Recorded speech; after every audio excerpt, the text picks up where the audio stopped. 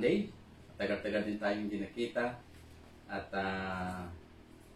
sa linggong ito, tayo ay binigyan ni Lord ng wisdom kung paano tayo makakapakinig ng kanyang mga salita. Bago ako mag-umpisa sa mensahe ng Panginoon, tayo po muna ay yumuko, tayo manalangin. Ama namin Diyos, sa pangalan ni Jesus, maraming salamat po sa araw na ito na linggo na kami po ay muli po ninyong binigyan ng pagkakataon na makapakinig ng inyong salita. Bayaan niyo po, Panginoon, na inyong pong salita ay mahayag na may pag-ibig, katapangan, O Diyos, at higit sa lahat, Panginoon, mayroon pong pagpapakumbaba. Panginoon, pagpalain mo po ang inyong mga salita. Bayaan niyo, Panginoon, na kami po ay iyo po mapagpala sa araw na ito. Sa pangalan ni Jesus, ito po ang aming sama-samang panalangin. Amen. So, kumusta po kayo, mga kapatid? Tayo po ay nagulantang sa mga pangyayari sa ating pong kapaligiran sa loob po ng halos 2 linggo na. Bagamat ang ating pong mga panambahan ay na-lockdown, ang salita ng Diyos ay hindi po pwedeng pigilan. Ginamit ng Panginoon ang ating pong modernong kaparaanan kung paano po may papahatid ang kanyang salita. So, ang salita po ng Diyos ay hindi pwedeng ikulong. Ang salita ng Diyos sa anumang kaparaanan ay dapat pong mahayag. At sa araw na ito ng linggo, purihin ng Panginoon, tayo po ay makakapakinig ng salita po ng Panginoon. At ang ating po tatalakayin sa linggong ito, pinamagatang Stop Worrying, Start Living. Sabi po sa 2 Timothy chapter 1 verse 7, For God has not given us a spirit of fear, but of power and of love and of sound mind. Sa Tagalog, ito pong sabi, ito ay sapagkat hindi tayo binigyan ng Diyos ng espiritu ng pagkatakot. Sa halip, binigyan niya tayo ng espiritu ng kapangyarihan at ng pag-ibig at ng maayos na pag-iisip. Ano daw po ang ibinigay sa atin ng Diyos? Una, hindi tayo binigyan ng espiritu ng pagkatakot.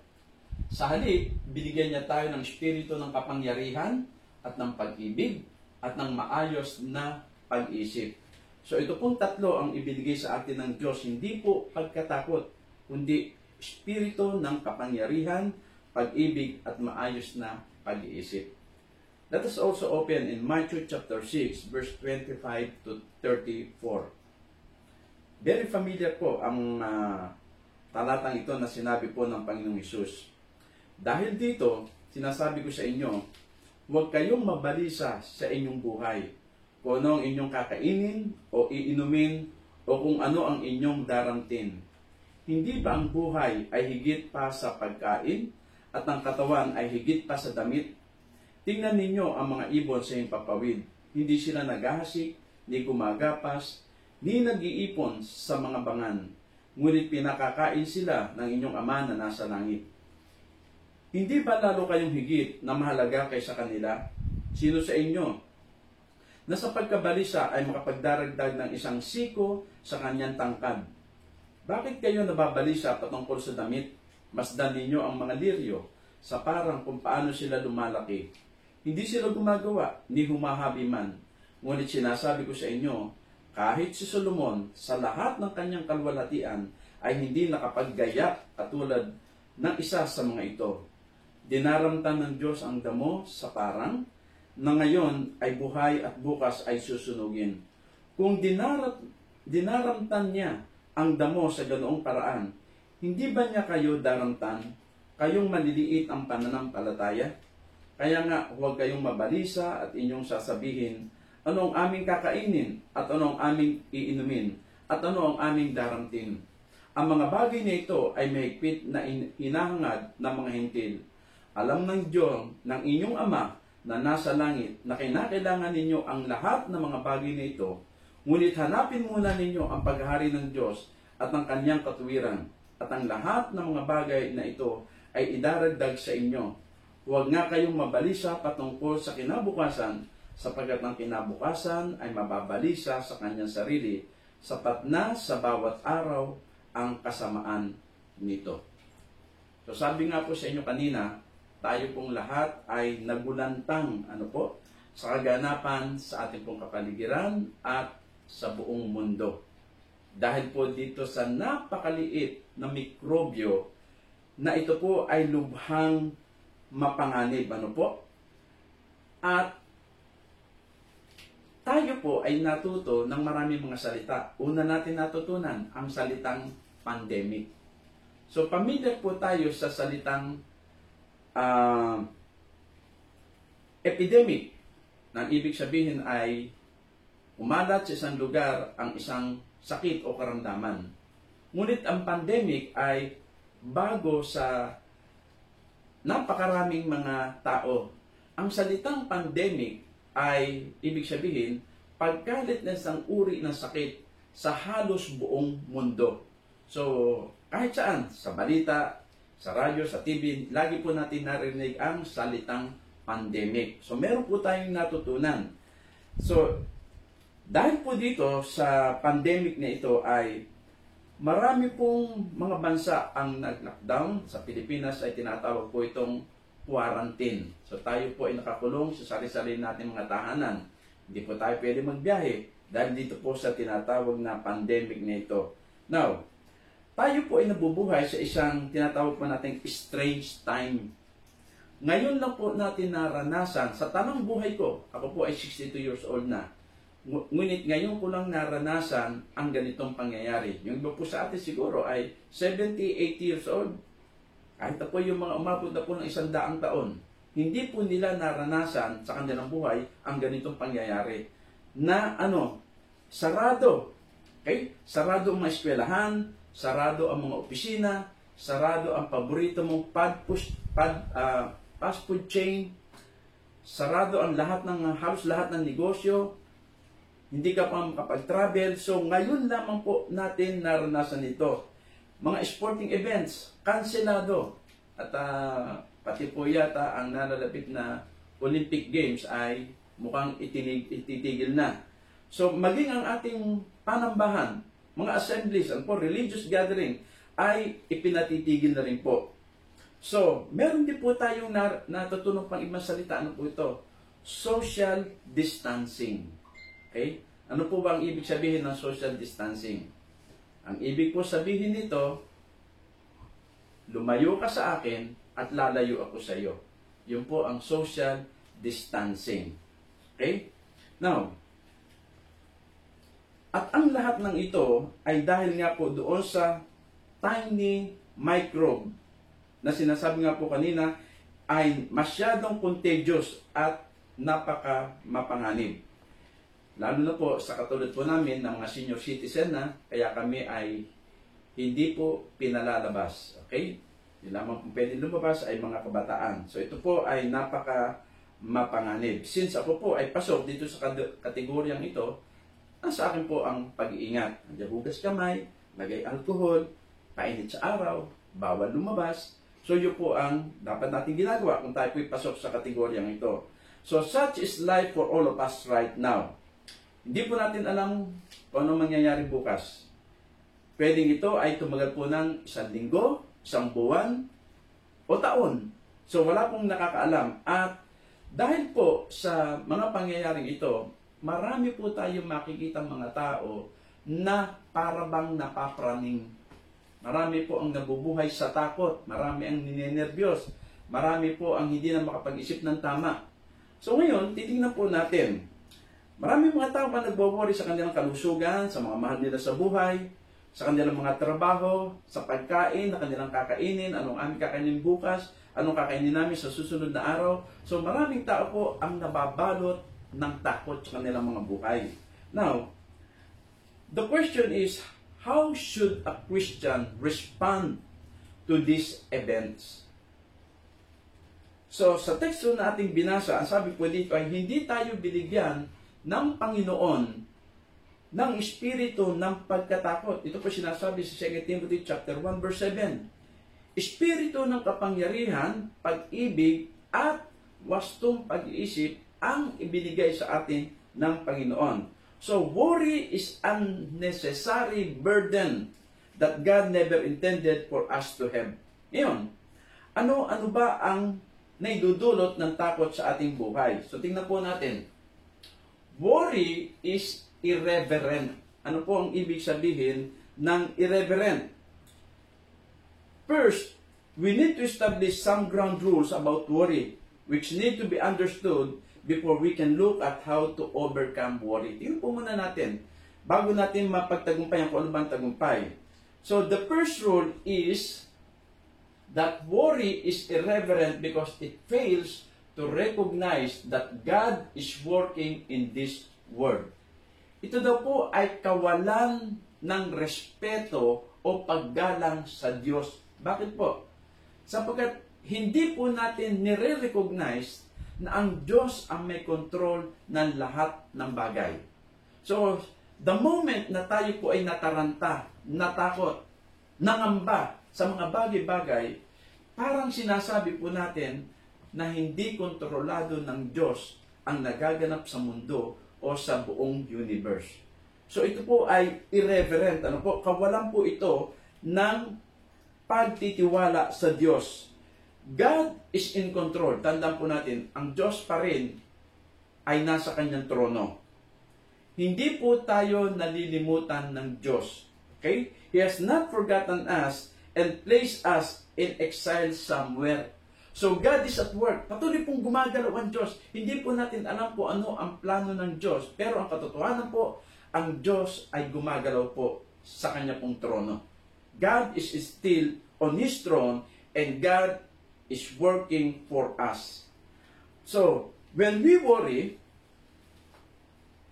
we are saying that God is not in control.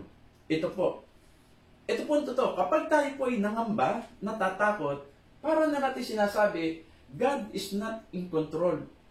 Kung tayo po ay may sapat na pagtitiwala sa Diyos, hindi po tayo mangangamba. Bakit?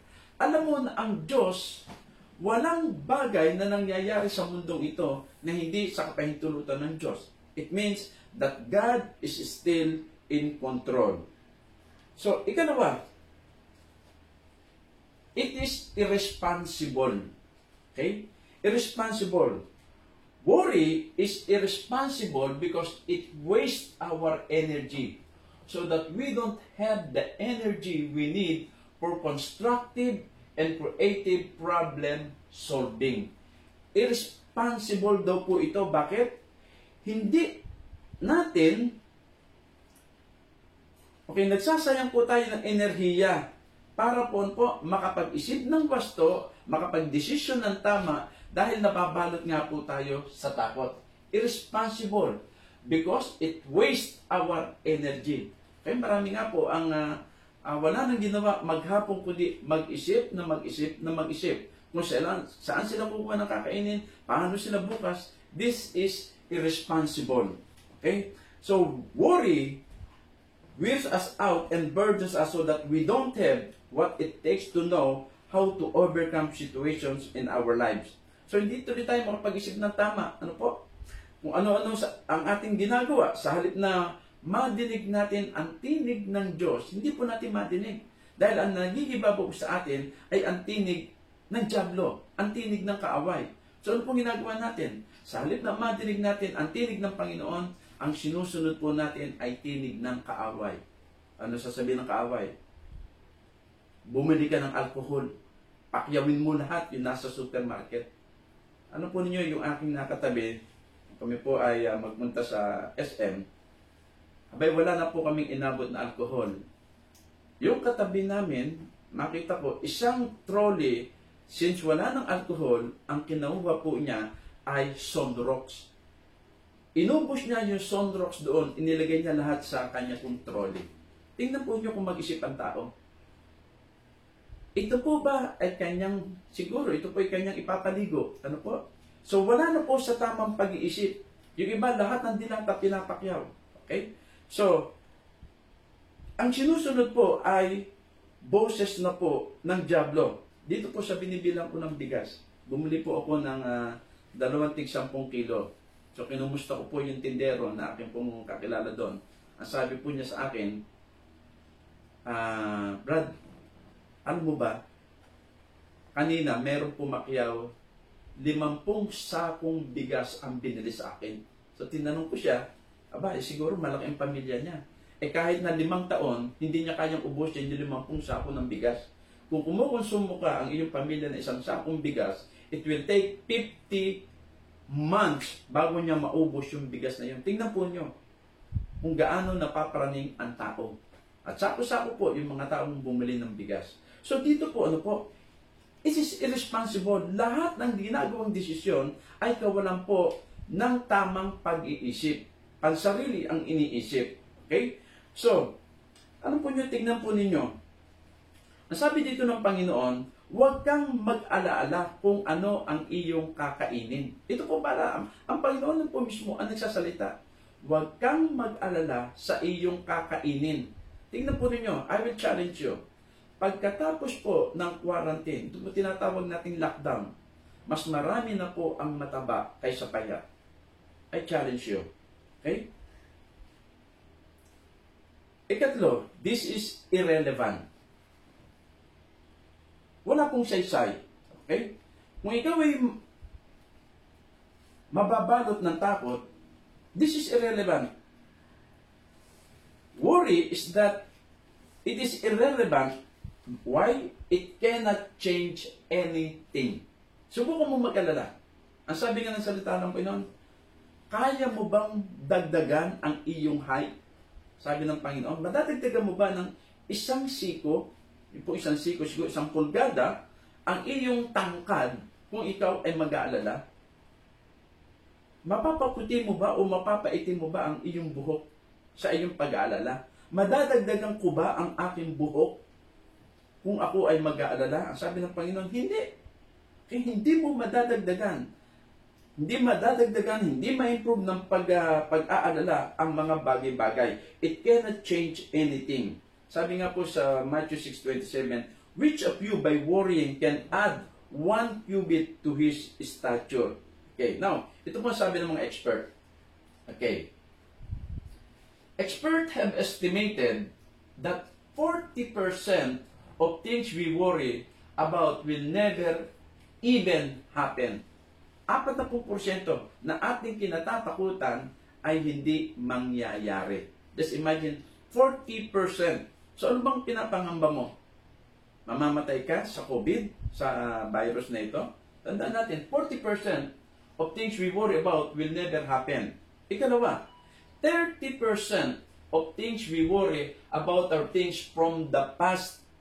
Ito po, dahil naglabasa nga po yung mga post, simula ng 1620, 1720, 1820, 1920, and 2020 ay nagkaroon po ng pandemic. At meron po pandemic na naganap na 50 million ang namatay just in Europe. So marahil ito ang kinakatakot ng iba. Naku, baka milyon-bilyon na naman ang mamatay. So ito po ay nakaraan na. Okay? At hindi po ito mangyayari ngayon. Sa China po, kontrolado na po. Wala na pong nadadagdag na pasyente po sa kanila. Nalampasan po nila ang pagsubok na ito. So, wala po tayong dapat na ikatakot. 30%, ano po? Now, next is 12%. 12% of our worries are about our health when nothing is actually wrong with us. Ito po ay pangkaraniwan. Naku, parang may sakit ako. Naku, parang ako ay may sakit sa puso. Naku, parang ako ay high blood. Naku, parang ako ay ganito. Parang. Lahat ay parang. Okay, so ang dami po natin kinatatakutan. Okay? 12% of our worries about our health. Okay?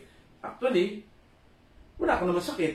Okay? And then, 10% of things we worry about are too petty and insignificant to really affect our future. Kumbaga, ito po yung mga bagay na walang kwenta at hindi po ito makaka-apekto sa ating pong buhay. Marami sa atin ang pinoproblema ang buhay-buhay ng mga tao. Naku, sige na to. Naku, meron na rin virus. Naku, sige na to. Naku, ano kaya mangyayari sa pinapanood ko? Kamusta na kaya si Cardo? wala po. Hindi po ito makaka-epekto sa ating pong buhay. Walang kinalaman si Cardo sa ating pong buhay. Ano po? So, that means, ano po natira? Only 8% of the things we worry, only 8% of the things we worry about legitimately deserve our concern and thought. 8% lamang na po ang legitimate na pwede po nating ipangamba. So, worry is irrelevant, it is irresponsible, and irreverent, and thus an enormous amount of harm. Ito po ay sisira po sa ating pong kalusugan. Okay? So, ito po sabi ng isang tao about worry. Worry, as one man put it, worry is like sitting in a rocking chair. It gives you something to do, but gets you nowhere. Ito po. Kahit maghapon yan, na magpatumba-tumba, mag-ugoy-ugoy, okay? Wala po siyang mararating. Ito po ang nagawa po ng worry. Mag-iisip ka maghapon, araw-araw, pero wala kang patutunguhan. So the word worry means to choke or strangle, to be pulled in different direction. Ito po ang kahulugan ng worry. Para mong sinasakal ang sarili mo, okay? O binibikti mo ang iyong sarili. At binabatak-batak ka sa iba't ibang direction. Now, worry chokes the true life out of everyday living and keeps us from enjoying the life that God wants us to have and enjoy. So, sabi po ng medical research, ang pangamba daw po, ang worry, can break down resistance to disease and can cause medical problems in the digestive organs and the heart. Dahil po sa mga pangambang ito, po, marami pong sakit tayong makukuha. Hindi po ito healthy sa ating pong katawan. Masisira po ang ating panunaw, magkakaroon ka ng sakit sa puso. So with that in mind, tanungin po natin ang ating po sarili. How can we overcome worry? Okay? So I want to share with you 3 principles for overcoming worry. Praise God. Natapos na po tayo sa introduction. Now, we will go to second part. Overcoming worry. Una,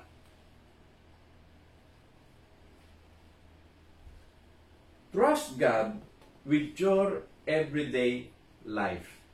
Okay? How to overcome worry? Ang una, trust God with your everyday life. Sabi po dito, trust God for the things that are beyond your control. As long as we are in control of a situation, we feel safe and secure. But when there are issues beyond our control, we begin to worry. Tama po ito. Magtiwala po tayo sa Diyos sa mga bagay na hindi nating kontrolado. Okay? Ano ba ito? Mga bagay na hindi natin kontrolado. About nature. Tulad po nito, itong pandemic. Mga bagay po ito na hindi natin kontrolado. Tulad po ng ulan. Ang tubig na atin pong inaantay. This is beyond our control.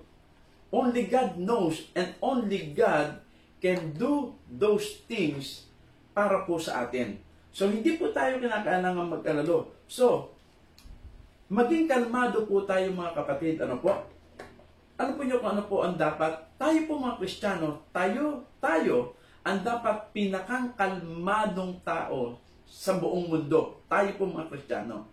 So, nakakalungkot kung tayo po yung kinakikitaan ng takot o pangamba, o tayo yung nakikita nila mga nagiging praning. Tayo mga Kristiyano, minsan ang pinanggagalingan pa ng takot. So, marami po, sa totoo lang, nananakot pa sa Facebook. Okay? So, tayo po, ang dapat po na nagbibigay ng kapayapaan, kalmado lang po. Okay? God still holds our future. Amen? Hawak pa rin po ng Panginoon ang ating pong kinabukasan. Alam po nyo, sa langit po ay walang nagpapanik. Bago pa maganap ang pandemic na ito, alam na po ng Diyos na magaganap ito. Agree po kayo? Alam na po ng Diyos ang kanya pong gagawin. Alam po ng Diyos ang kahihinatnan ng pandemic na ito, ng virus na ito. So kung ito'y alam ng Diyos, walang dahilan para tayo po ay magpanik. Bakit po? Sapagkat lahat ng pahintulutan ng Diyos ay para po siya ikabubuti ng kanyang mga anak. So, ulitin po, hindi po tayo dapat magpanik sapagkat alam ng Diyos ang nagaganap po. Now, tulad po ng mga nangyayari ngayon sa buong mundo, nagwo-worry po tayo sa napakaraming bagay, sa mga bagay which is beyond our control. Hindi natin alam kung kailan lalabas ang vaccine. Okay? Hindi natin alam kung hanggang kailan tayo mananatili sa ating pong mga bahay.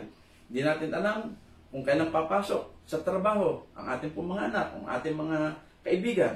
Okay? Hindi natin alam kung kailan tayo muling makakabalik sa ating pong mga panambahan. So, ang mga bagay na ito is beyond our control. Now, nag-alala tayo sa supply ng pagkain sa sitwasyon natin na na-lockdown na po tayo. Okay? So, balita ay magkakaroon po ng barangay lockdown naman. Okay. Ang sabi po ng Panginoon, huwag kayong mag-alala sa inyong kakainin. Ang sabi ng Panginoon, di ba mas mahalaga kayo kaysa mga ibon? Ganun po kasimple, ganun katindi yung comparison na ibinigay po ng Panginoong Hesus.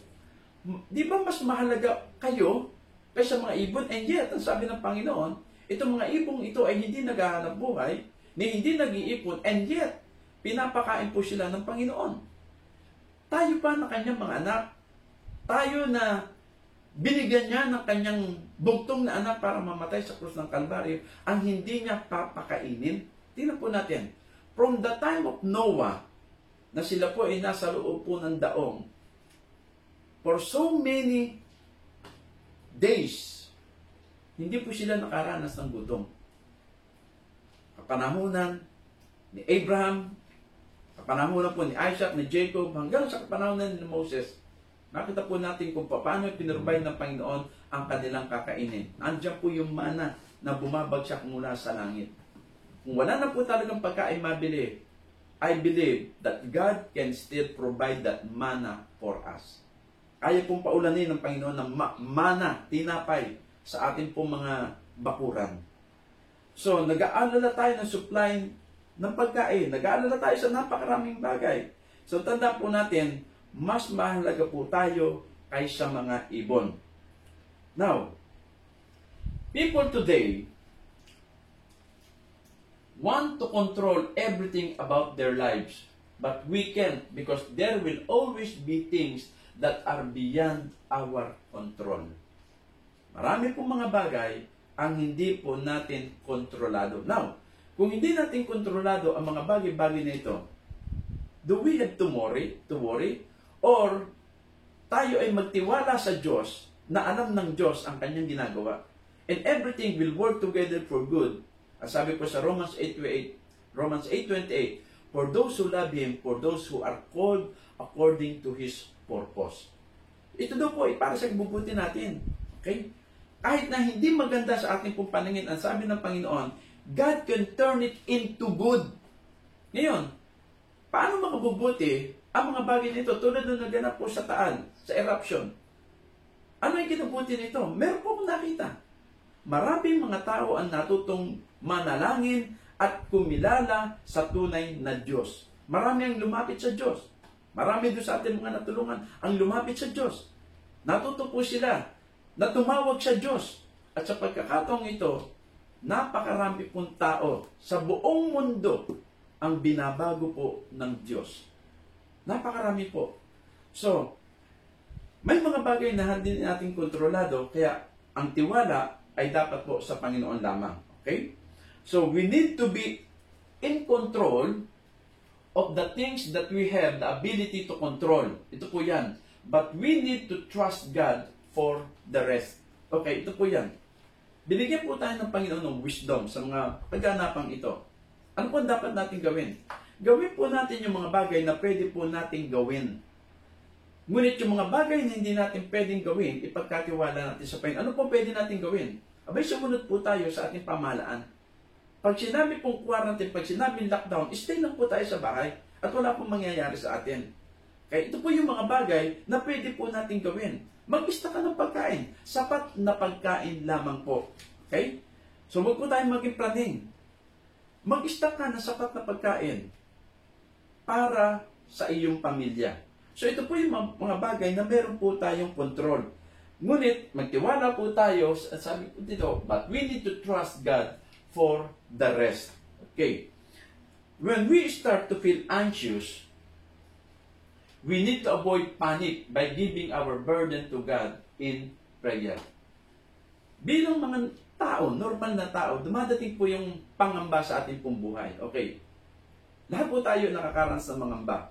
Ngunit, hindi po tayo dapat paalipin sa ating pong takot, sa ating pong pangamba.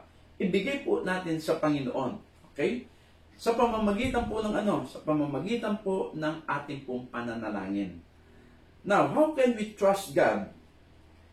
Una po, alamin po natin, ano ba ang mga pangako ng Diyos? There are more than 7,000 promises of God in the Bible. Alam po ba natin ito? Kung hindi po tayo nagbabasa ng salita ng Panginoon, hindi po natin malalaman yung mahigit na 7,000 pangako ng Diyos sa kanyang salita. Ito po gawin po natin.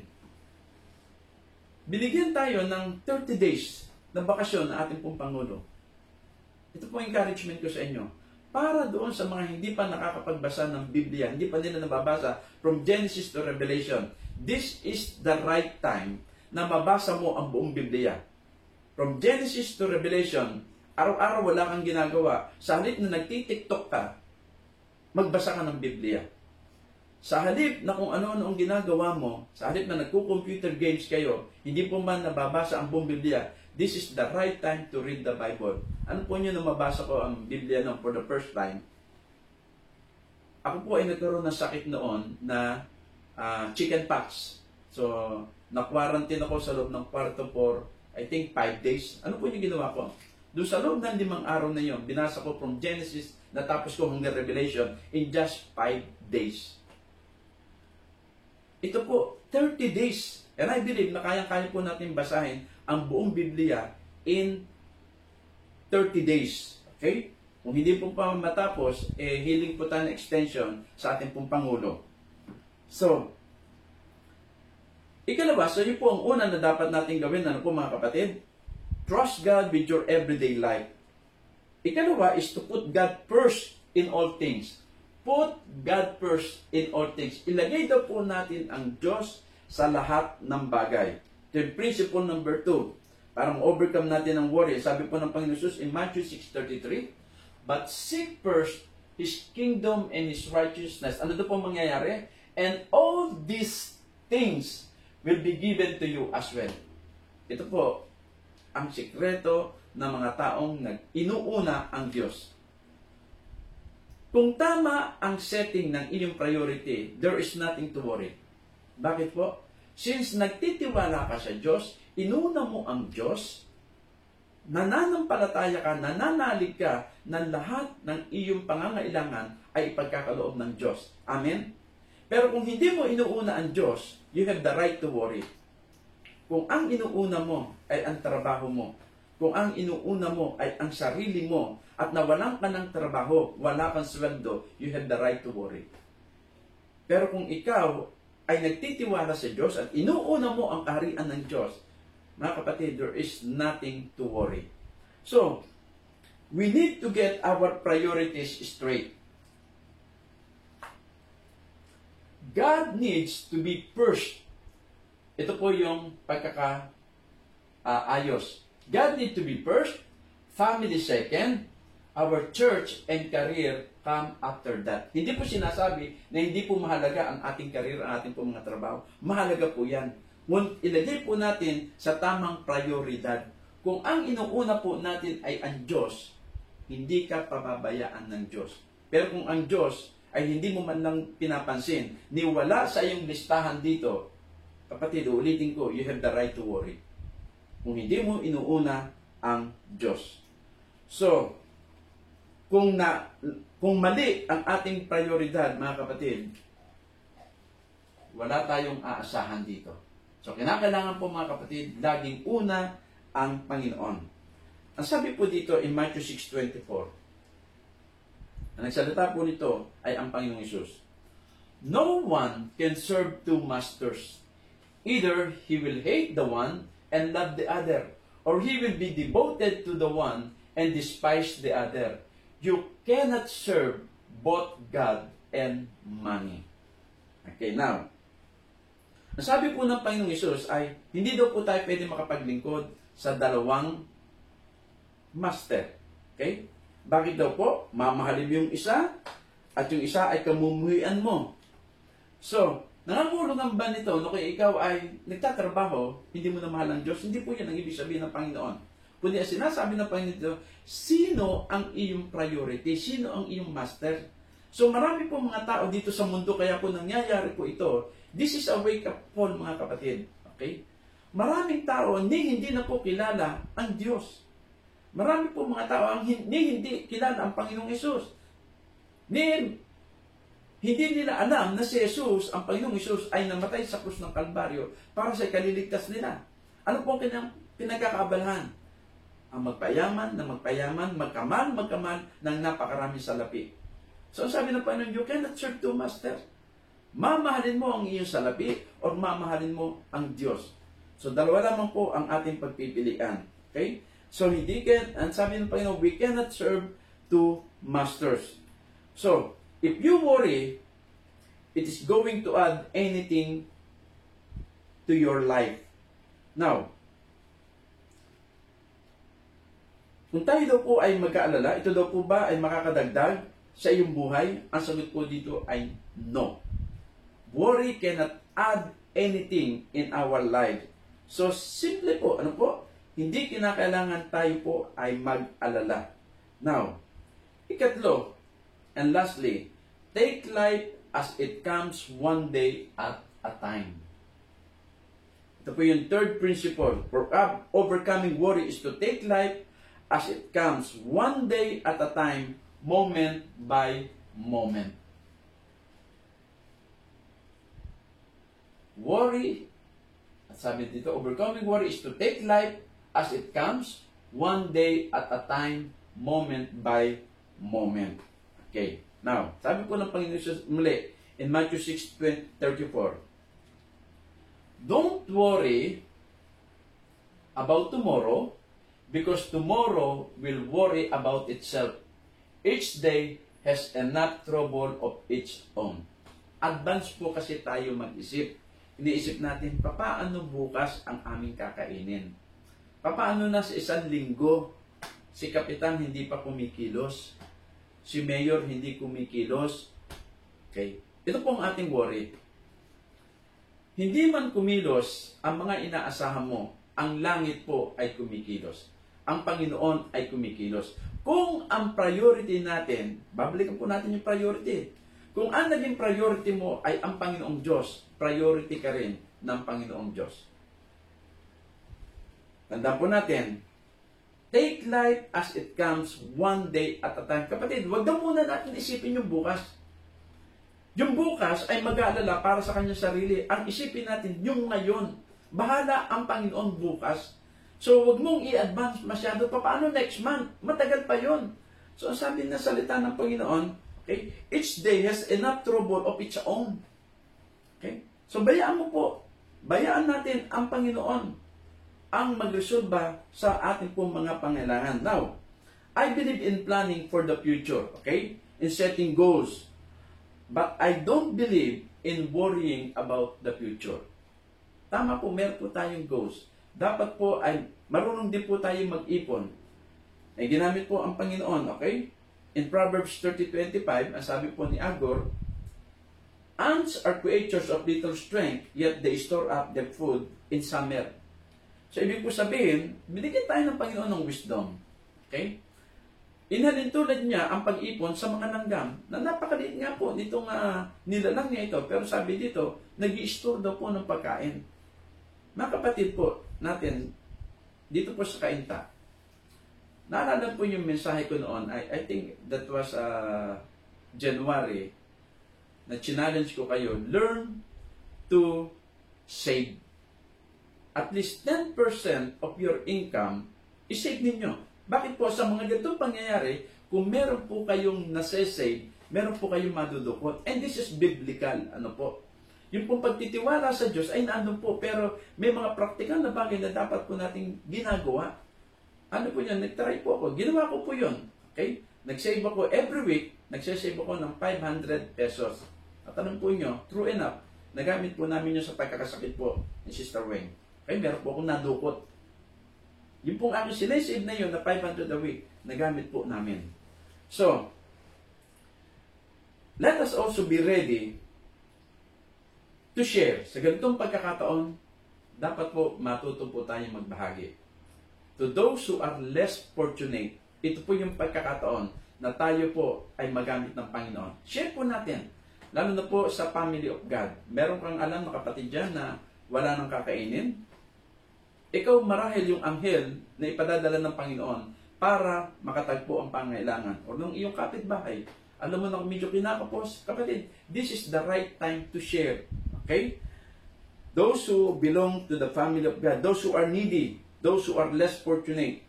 So, hindi po kinakailangan tayo sumuko, okay? Hindi po kinakailangan tayong matakot. But take this as an opportunity to do good to those who are in need. Gawin natin na ito yung opportunity. Tulad po nung naganap noon sa Taal, okay? Sa Taal volcano.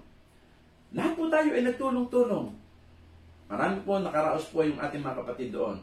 Ngayon naman po, marahil sila naman po ang makakatulong. At nakita po natin, ano po, meron ba tayong mga kapatid dito po sa Batangas na nagutom?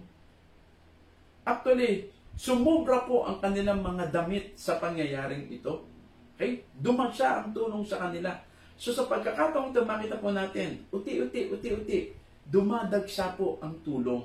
Okay? Nagtutulungan po yung mga mayayaman nating kababayan. Nagbibigay na po para po sa mahirap natin mga kababayan. So tayo po mga Kristiyano, ang dapat po nangunguna sa ganitong mga gawain. Kung meron kang nakita na nangangailangan ng bigas, nangangailangan ng ulam, kung meron kang nakatago pa dyan, i-share po natin. Okay? So, tulad nga po ng sinabi ko sa inyo, God is still in His throne. God is still in control of everything that is happening in this world. Hindi po natutulog ang ating Diyos. Kaya mga kapatid, wala pong dahilan upang tayo po ay matakot. Okay? So, this is a wake-up call mga kapatid. Ano po? Para sa mga tao na masyadong busy sa napakaraming bagay na walang panahon para sa Diyos, this is a wake-up call. Alam po natin na darating ang Panginoon anytime. At tandaan po natin, tayo po ay magsusulit sa Diyos. Tayo po lahat. Whether good or bad, sa lahat ng ating pong ginawa, magsusulit po tayo sa Diyos. Ngayon siguro, marami po ang natututo ng tumawag sa Diyos dahil po sa mga pangyayaring ito. Now, don't despair or don't give in to fear. Tayo po ay nilikha sa mga ganitong pagkakataon. Tayo po ay magsilbing ilaw at asin sa ganitong pagkakataon. Minsan po ay masyadong napapalaki, ano po, yung mga bagay-bagay ay na-exaggerate. Marami tayong, ano po nyo kung gusto nyo matakot, araw-araw, manood ka ng balita. Maya-maya, meron ka ng pangamba. Bakit po? Wala ka nang ginawa, kundi pakinggan lahat kahit na po fake news. Fake news na nga, ikinakalat pa po natin. At tinatakot natin, hindi lamang iba, kundi ang ating sarili. Wala po itong pinagkaiba. Ito po mga bali-balitang ito sa isang fog o yung mist. Ano po? Minsan dito po sa Antipolo, parang sa Tagaytay, palibot po ito ng fog. Ano po nyo? Kapag tinipon po ninyo, kahit isang kilometro yan, kapag tinipon ninyo itong hamog na ito, itong fog na ito, hindi po yan makakapuno ng isang timba na tubig sa isang balde. Baka isang baso lamang po ang mapupuno dito pong fog na ito. Ibig po sabihin, akala lamang po natin ay ganun kalaki. Ngunit In reality, hindi po ganun kalaki ang problema. So mga kapatid, sabi po sa John chapter 10 verse 10, I have come that you might have life and have it more abundantly. Ayaw po ng Panginoon na tayo po ay mabuhay lamang dito sa mundo and yan punta po sa langit. Ang nais po ng Panginoon, ma-enjoy po natin ang ating pong buhay dito sa mundo. At hindi po natin ma-enjoy ang buhay natin sa mundo kung tayo po ay balot ng takot at pangamba. Okay? Marami po tayong pwedeng gawin. Enjoy po natin dito pong bakasyon natin ito. Huwag po tayong mabuhay sa takot. Enjoy natin. Ang dami mo pwedeng gawin sa loob ng iyong tahanan. At alam po ninyo, ang dami magagandang bagay na naganap po dito sa mga pangyayaring ito. For the first time, tayo po, ang ating pong mga pamilya, ay ngayon lang po nagkasalo-salo sa ating pong hapagkainan. Mula umaga, breakfast, okay, lunch, and dinner. Merienda pa in between. Magkakasama po tayong buong pamilya. Nangyari po ba ito sa inyong tanang buhay? Hindi po. So tingnan po natin yung magagandang bagay na nangyayari po sa mga pangyayaring ito. Huwag po natin tingnan yung mga pangit na bagay na po. Napakaganda po, okay? Sabi nga ng Romans 8:28, babalikan ko. God can turn it into good. Okay? Sama-sama po pamilya. Nakakapaglinis po tayo. Okay? So hindi po maging boring ang kasama mo ang iyong pamilya. So sama-sama tayo, i-enjoy po natin itong bakasyong ito. At muli ang pakiusap ko, sundin po natin ang pinag-utos po ng ating pong pamahalaan. This is the only way na tayo po ay makakatulong para po hindi na kumalat ang mikrobyong ito. So the only way to overcome worry is through God. Tandaan po natin. The only way to overcome worry is through God. Huwag po nating aalisin ang Diyos. Ang Diyos lamang po ang pwedeng makagawa ng lahat ng mga bagay. At kumikilos po ang Diyos. Okay? Marami po tayong napabalita mga himala na nagaganap po sa gawaing ito. So, mga kapatid po natin sa Kainta, nanonood po din ngayon ang ating po mga kapatid sa Cavite, Holiday Homes, San Francisco, nanonood din po sila. At ito pong ay pwede po nating i-share sa mga kapatid po natin na nais din po na magkaroon po ng salita ng Diyos, mapid po sila ng salita ng Diyos. Kaya mga kapatid, purihin ng Diyos, tayo pong lahat ay pumayapa. I-enjoy po natin itong bakasyon po natin ito at muli ang aking pakiusap, sumunod po tayo sa ating pong pamahalaan. God bless you all and see you next Sunday. Tayo po natin manalangin. Mga kapatid, tayo po ay dudulog sa ating pong Diyos na buhay, the God in heaven who is in control of everything that is happening in this universe. Ama namin Diyos, sa pangalan ni Jesus, hinihiling po namin sa inyo na sa lahat po ng nakikinig, nanonood sa kanila pong mga cellphone sa mga oras na ito, in the name of Jesus, ang aking pong panalangin, O God, wala ni isa man sa amin at sa aming buong sambahayan ang makakasagap ng virus na ito. Father God, in the name of Jesus, cover us with your precious blood.